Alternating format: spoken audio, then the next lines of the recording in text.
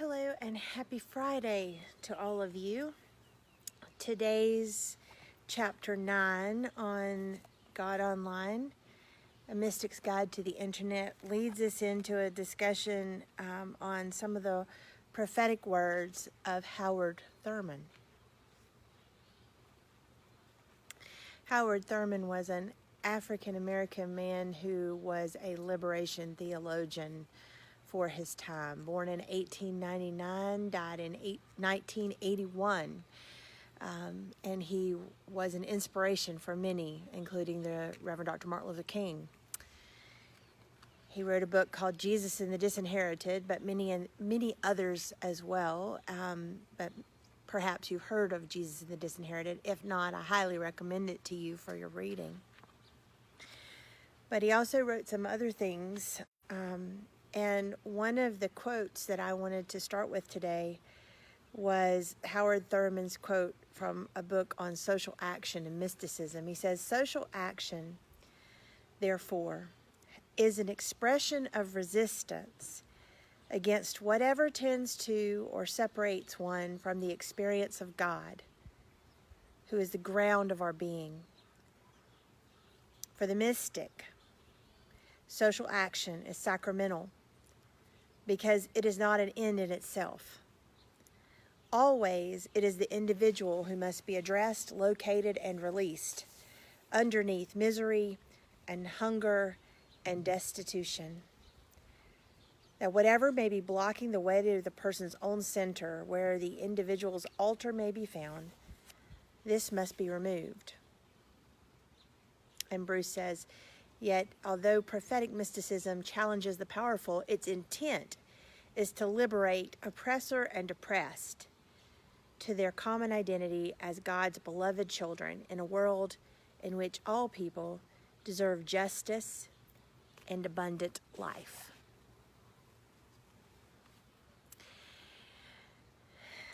Please be patient with me today as I try to speak to this moment. Not only what Howard Thurman was saying, but also things I'm integrating right now. This morning I had been continuing to listen to a podcast from Brene Brown, and she was interviewing Harriet Lerner about how to apologize. And it's not easy to apologize. It requires getting over your defensiveness, being able to be curious about the needs of the other person, being able to be present in non-reactive ways. It's really hard to fully apologize. It's even harder to apologize when we don't have the bandwidth or the capacity to carry the story of the other, to reach out in love of the other. I think that right now we have had a lot of trouble in being able to listen to each other, being able to be present with each other because we're all grieving. However, that being said, the things that are coming out now, they're not new. I've said that. But they are relevant and they are real and they need to be addressed and they need to be healed. They need to be healed not just for the correct running of social society, but because we need to be thinking of ways that we can do social action in a sacramental way so that the whole world can live in the abundance of the life that God plans for all of us to have, and that God invites us to have with and in the lives of one another. As we know, hurt people actually hurt people. And so wherever there is something that is bubbling up that is hurtful, it usually is connected to the hurt of other people who are also doing it. So I thought about reading the list of all the names of the black people that had died I've thought about how to speak to the racism of our time, but I just want to take a few minutes here and do a little bit of education, a little bit of vulnerability, and a little bit of an invitation. So, a little bit of education. The racism of America is older than this country. The racism of America started in the 1600s when the first slave ship came. When it came and then slaves were introduced into our culture, and some people were seen as not people, but property or animals. Chattel slavery was a different kind of slavery than any kind of slavery before or since. Chattel slavery literally said, these people, African people, were literally not human. And people that were not African were trained to see people with black skin as other and less than. And they did this for hundreds of years. Where I'm from, in Alabama, there were markets, some of the biggest markets in the country, of the selling of chattel slaves. They would literally separate out people and sell them, not talking about them as humans, but like one would talk about a pig or a cow. They had to dehumanize people in order to make them slaves. You really can't make someone a slave and have any sense of conscience without dehumanizing them. But if you could see them as a pig or as a cow or as a horse, then you could own them. If you couldn't see them as an animal, you would not be okay with owning them. And so for hundreds of years, like 400 years this started ago. And then for hundreds of years, this was the rhetoric that they used to keep it going. And the reason they kept it going was economic. They literally built the country through the work of the slaves.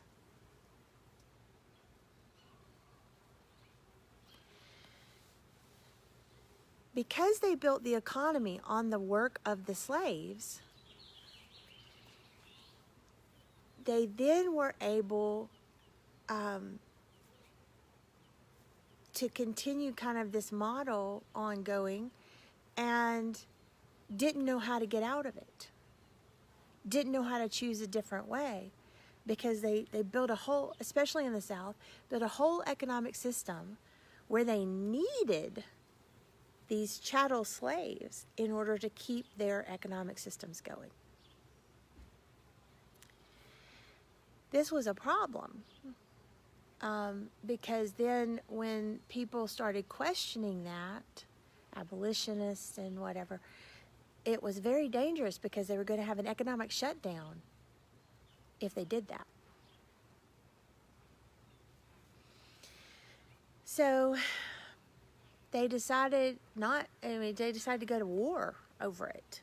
The Civil War from 1861 to 1865 was fought not to protect slavery particularly, but it was fought to protect an economic system in which slavery was the reason that it worked. So the Civil War was about slavery because that was about economics. War is almost always directly connected to greed.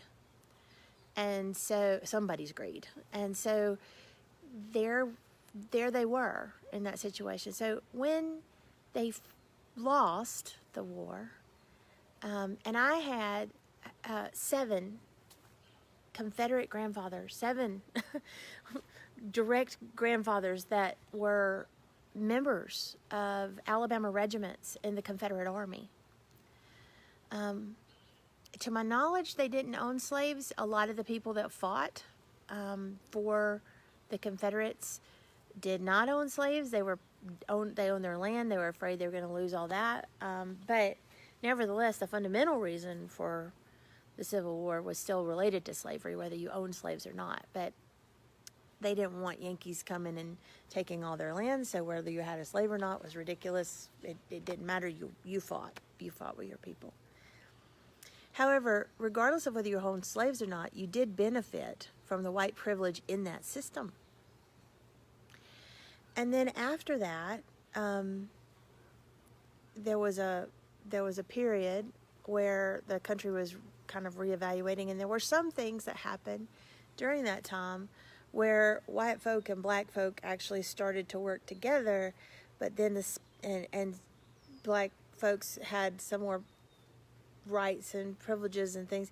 But make no mistake, when you have dehumanized an entire ethnic group for that long, you don't just go to, and now they're like us. That's not a thing. That doesn't happen. And so for the next 100 years, they had segregation and Jim Crow and all this kind of stuff. So now we're like 300 years here of this. And it wasn't until the 50s and 60s that we started having civil rights as a thing. But remember, there's generations and generations and generations and generations of people who taught their children that black people were not human, were less than. And so the whole systems were set up like this. And so, and then after civil rights, after that happened, and after that was passed, then you started having more kind of sneaky racism, is what I call microaggressions and whatnot. So then they would say things like, well, you know, if somebody has this certain name, then we're not going to give them the scholarship or the job. If black people or persons of color live in your neighborhood, maybe you want to choose a different neighborhood. They had redlining on loans that they were giving to people. I mean, this is not, people talk about slavery or civil rights was a long time ago. This is not that long ago. And even now, Americans are so good. I'm not saying we're the only ones that can do this, but Americans do have a gift. We're so good at our racism. It's so much a part of our DNA that we have to work especially hard not to be that. And so we have situations then that bubble up all the time. And there's a blanket thing where most people don't even think about the ways that persons of color have to struggle or are oppressed in different ways. And isn't it great that we don't have to think about it because we're white and those things don't apply to us? When I walk into a store, I have white hair. I'm white with blonde hair and blue eyes. When I walk into a store, I don't generally have people that watch me shop to make sure I don't take things off the shelves. I don't have people lock their doors when I'm in the parking lot next to them because I'm the wrong color. I don't have people that, clutch their children's hand when I walk by their child for fear that something will happen. But these are all commonplace things for persons of color, particularly black persons. And this breaks my heart. And this is not okay. This is wrong. I would not be the person that I am today I would not have had some of the richness of the life that I've been able to live if it weren't for my black friends, teachers, other mothers who have generously and graciously loved and cared for me. And it is not okay that they don't feel safe in so many areas of their lives. It is wrong. It is deathly wrong to continue not just saying, racism's wrong, but to not be intentionally anti-racist. I love my black friends who are family to me. My life would not be the same without them. I've had the privilege of preaching in Tuskegee Chapel. I have had the privilege of doing Bible studies with Auburn Wesley and Tuskegee Wesley students on Howard Thurman, on Martin Luther King. I have had the privilege of sitting and comforting people who lost their homes, black people who have lost their homes in Beauregard after the tornado came and took out dozens of lives. I can't imagine a world without black people in it, nor would I want to. I am not color blind. I am color appreciative. I understand that my color is this, and I understand that people who have different colored skin have different experiences in their lives. And for me to say that I don't see that and I don't appreciate that means that I think that they're just like me, and they're not, and that's a good thing. We all have a story. We all have gifts. We all have graces. We all can be there for one another by appreciating, by listening, by loving, by caring, by standing up for others, not in vitriolic ways where we're just spitting hatred out at the next person because of our own hurt, but in ways that say, no, no more, not one more. We dare not look past this and act like it's not a thing. We dare not act as if there is no racism or there is no problem and that power dynamics have to be the way that they are or else. And I'll tell you what I see right now.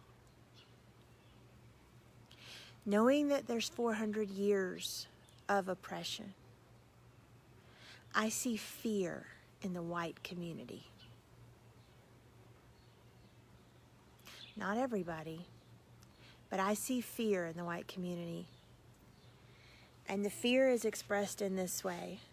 We all know that the time for white people being the majority of the people in our country, in California, that time is already over. It's already a mixed bag. Everybody's here. There's lots of diversity.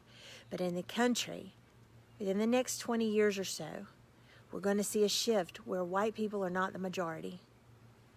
And therefore, white people are afraid. And I'll tell you what they're afraid of. They're afraid that the abuses, once the people of color get into power, they're afraid that the abuses that they have done for so long will become abuses that they then have to endure. But there is a way out. And I'll tell you what it is. The way out of that dynamic is to stop being an oppressor, to be intentional about empowering others, to be intentional about lifting up persons of color, their businesses, their voices, to know when to be quiet and listen, and hear the pain and the hurt, to know how to apologize and how to stand with and stand behind and let people be empowered to take the lead on things, and to be able to share power in ways that are non-patriarchal. Insofar as we are able to do this and to lead in empowering ways and loving ways, you don't have nothing to be afraid of, because the more that you can do that, model that, and encourage that with whatever amount of power and privilege you have left, the more that will become the norm. And if we can make that the norm, it won't matter who's in power. It won't matter if white people or black people or Asian people or Native American people. It won't matter who it is. If we can work on our power dynamics so that it's not, I'm in charge and you have to do what I say, so that it's, we all are precious and we all are loved and we all are worthy of listening to and carrying one another's stories and having one another's back. Insofar as we're able to do that, which is totally possible if we all do it, insofar as we're able to do that, we don't have to worry about the cycle of oppressor and oppressed. And that is liberating. That is liberating for all of us. We can do this, and God will help us. Try your best to listen and to love and to care and to apologize and to uplift your neighbor, whatever color they are. But today I'm especially mindful. Love for black people, black bodies, black community is foremost on my mind. Let us go forth today and love our neighbor as ourselves. Peace be with you.